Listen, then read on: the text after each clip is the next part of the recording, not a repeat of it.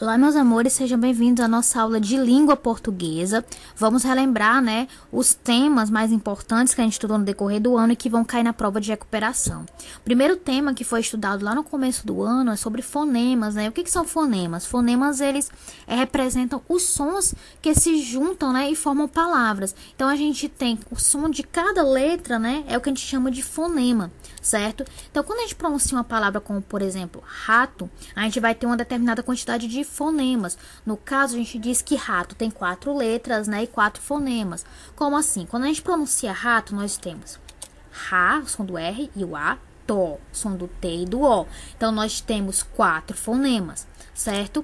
Para a palavra chave, né, nós dizemos que tem 5 letras, né? Se nós contarmos realmente tem 5 letras, 1, 2, 3, 4, mas ela possui 4 fonemas. Por quê? Quando nós pronunciamos chá, né, nós escutamos o som do X e do A, e vé, nós escutamos o som do V e do E, né? Então, essa sílaba aqui, chá, né, nós não conseguimos escutar o som do C e o som do H separadamente, né? Nós escutamos como se aqui fosse um X, certo? Temos o som do A, o som do V e o som do E. Desse modo, fonemas nós vamos ter 1, 2, 3, 4, mais letras nós temos 5, certo? E agora, lembrando um pouco sobre dígrafo, né? Vamos observar a palavra-chave, né, que a gente acabou de ver, e notar que quando a gente pronuncia essa palavra, né, o CH, nós só ouvimos o som de apenas uma letra, né? Com isso acontece, né, o que damos o nome de dígrafo, né? Então, na palavra-chave, nós vamos ter essas duas letras, né, na qual o som delas, né, é somente um, né? Como eu falei, a gente escuta som de X. Então, quando nós temos duas letras juntas, né, e essas duas letras, né, apresentam um único som, nós chamamos de dígrafo, certo? Eles são representados pelo encontro das principais consoantes. Quais são os principais dígrafos que nós temos? CH, né, como no exemplo chuva, LH como milho, RR como terra, GU, né, como no exemplo de guerra, XC como no exemplo de exceção, SC como no exemplo de nascer, SC cedilha como no exemplo de naça, SS como exemplo de pássaro, né, e QU como no exemplo queijo, certo? Então, quando a gente tem uma junção de duas letras e esse som, né, é pronunciado, a gente escuta apenas uma letra, nós dizemos que é um dígrafo, tá? Agora vamos para o conteúdo de sinais de pontuação, né? Aqui nós temos os principais sinais de pontuação. Temos um exemplo, vírgulas, né? A vírgula ela é usada para indicar uma pequena pausa na leitura, né? Como no exemplo aqui, ele estudou, mas não conseguiu passar de ano. Então, ele estudou, né? Tem uma vírgula, eu vou dar uma pausa ali, né? Depois do estudou, certo? Também é usado para separar, né, nas datas, o nome do lugar. Então, quando eu tenho, por exemplo, quando eu vou começar a escrever uma carta pessoal, né, eu sempre coloco o local e a data, né? Esse local e data vai ser separado por uma vírgula, como no exemplo aí, Recife, 16 de setembro de 2002. Então, entre o nome do local e a data, eu coloco uma vírgula. E também serve para separar termos, né, da mesma função, como, por exemplo, quando eu faço uma lista, né, e eu tenho vários itens, né, eu vou colocar entre um e outro, né, vou colocar entre eles vírgulas, como, por exemplo, comprei laranjas, maçãs, peras e uvas. Então, entre um e outro, né, eu vou colocar uma vírgula, certo? Eu vou ter também o ponto e vírgula, né? O ponto e vírgula, ele indica uma pausa maior que a da vírgula, né? Como no exemplo aqui, este menino é bom, mas é fraco. Aquele é forte, mas é mau, né? Então, no ponto e vírgula, eu dou uma pausa um pouquinho maior. Já os dois pontos, né? Eles são usados antes de citação, né? Como no exemplo de Dom Pedro gritou. Independência ou morte. Então, eu vou citar algo falado por Dom Pedro, né? Eu boto 2 pontos antes da citação. Também nas enumerações, né? Como, por exemplo, as flores de que mais gosto são. Aí eu vou enumerar rosas, cravos e violetas, certo? E nas explicações, né? Como no exemplo aqui, o uso de bebidas alcoólicas é um mal.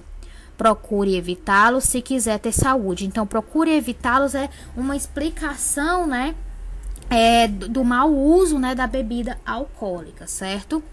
Temos mais pontos, né, pontuação, como por exemplo o ponto final, que ele é muito usado, né? Ele é usado principalmente para indicar o fim de uma frase. Então, quando eu termino, né, quando eu concluo uma frase, eu coloco um ponto final nela. Como aqui no exemplo. Lá chegando, disse logo que era o correio mais rápido do reino e gostaria de provar sua capacidade ao rei. Então, aqui eu encerrei essa frase, eu coloco um ponto. Temos o ponto de interrogação, né, que ele é usado para perguntas, né?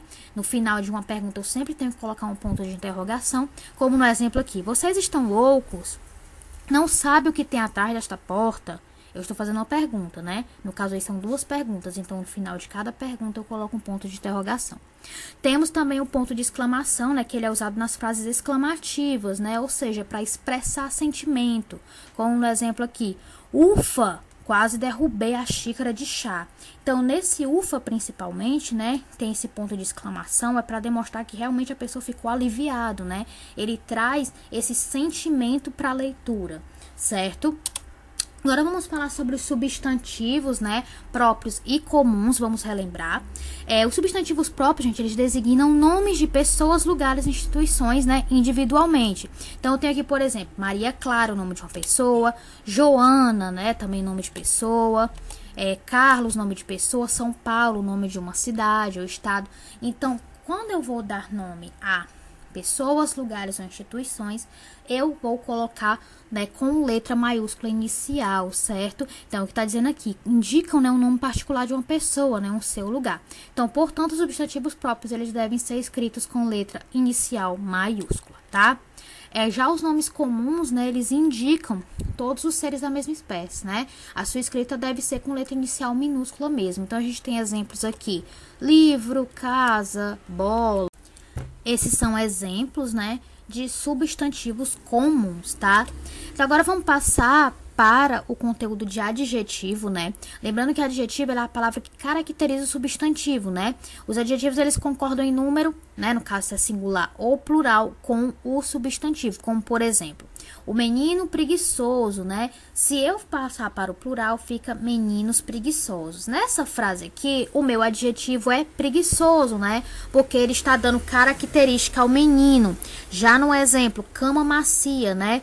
Se eu for passar para o plural, macia também vai ter que passar, né? Então, fica camas macias, né? No caso, o adjetivo aqui é macia, porque está dando característica à cama, tá? Aqui tem algo para a gente prestar atenção, que diz que algumas expressões adjetivas, elas podem ser substituídas por adjetivos, né, derivado correspondente, né, como no exemplo, amor de mãe, né, eu posso substituir amor de mãe por amor materno, certo? Essas expressões adjetivas, elas são chamadas de locução adjetiva, certo? Então, a gente tem aqui a locução adjetiva, que ela é uma expressão formada por mais de uma palavra, né, que equivale a um adjetivo. Então, se eu tenho um adjetivo fraterno, né, eu estou dizendo que é de irmão.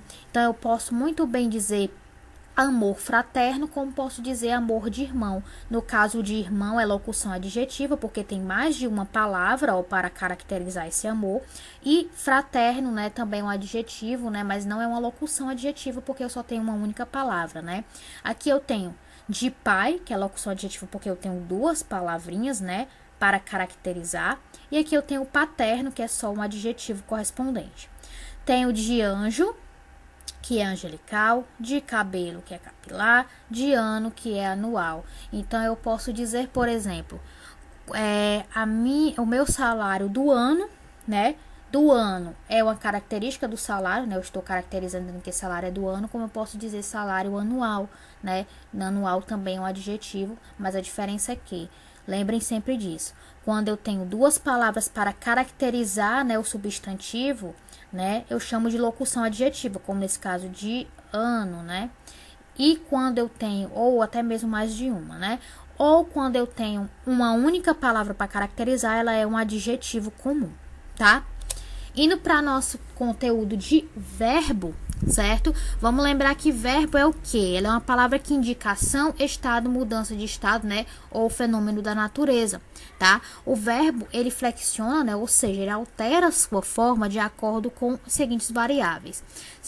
Eu vou mudar a maneira como eu escrevo e pronuncio, né? Um determinado verbo, dependendo da pessoa, né?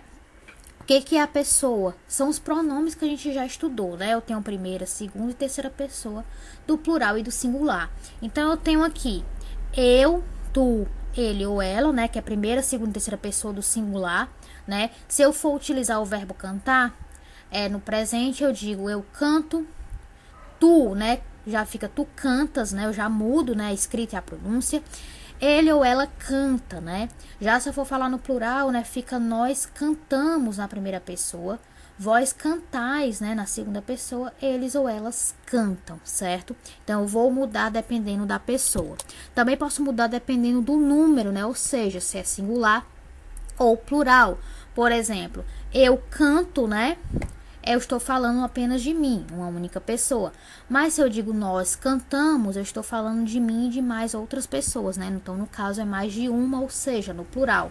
Então, a palavra canto vai mudar. Não fica nós canto, é nós cantamos, tá? Aqui no tempo também vai variar, né? O que é o tempo? É o tempo passado, presente ou futuro. Se eu estou falando no presente, né? Usando ainda o verbo cantar. Se eu estou falando no presente, eu digo que eu canto, né? Se eu estou falando no passado, eu digo que eu cantei. Se eu estou falando no futuro, eu digo que eu cantarei, né? Ou seja, presente é algo que está acontecendo, né? Passado é algo que já aconteceu. E futuro é algo que ainda vai acontecer, né? Ainda falando de verbos, nós vamos ter as conjugações, né, dos verbos, certo?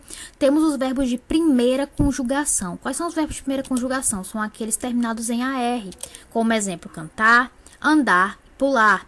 Temos os verbos de segunda conjugação, que são aqueles terminados em ER, né? Como exemplo, vender, comer e nascer.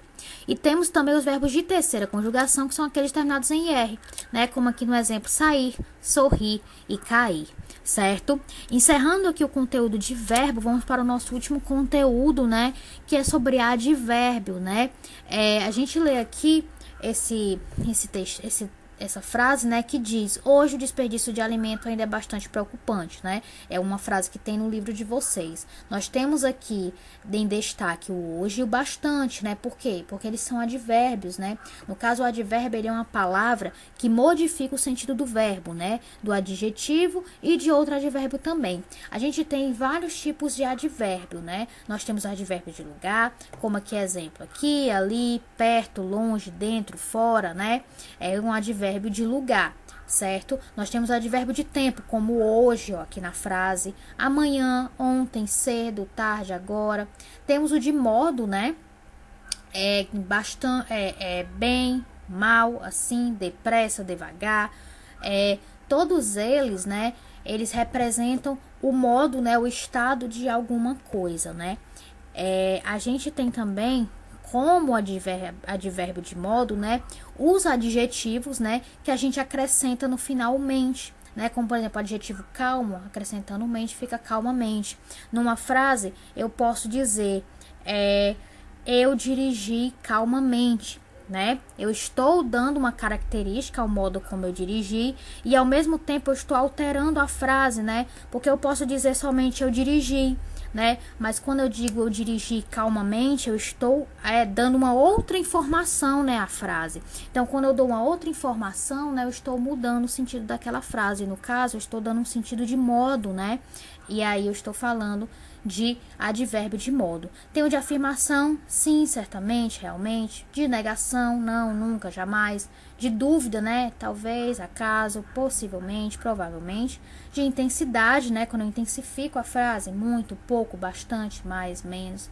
A gente tem aqui, nessa frase, né? O bastante, por exemplo, que eu digo que o desperdício de alimento é bastante preocupante, né? Então, eu estou intensificando. Não digo que é só preocupante, eu digo que é bastante preocupante, certo?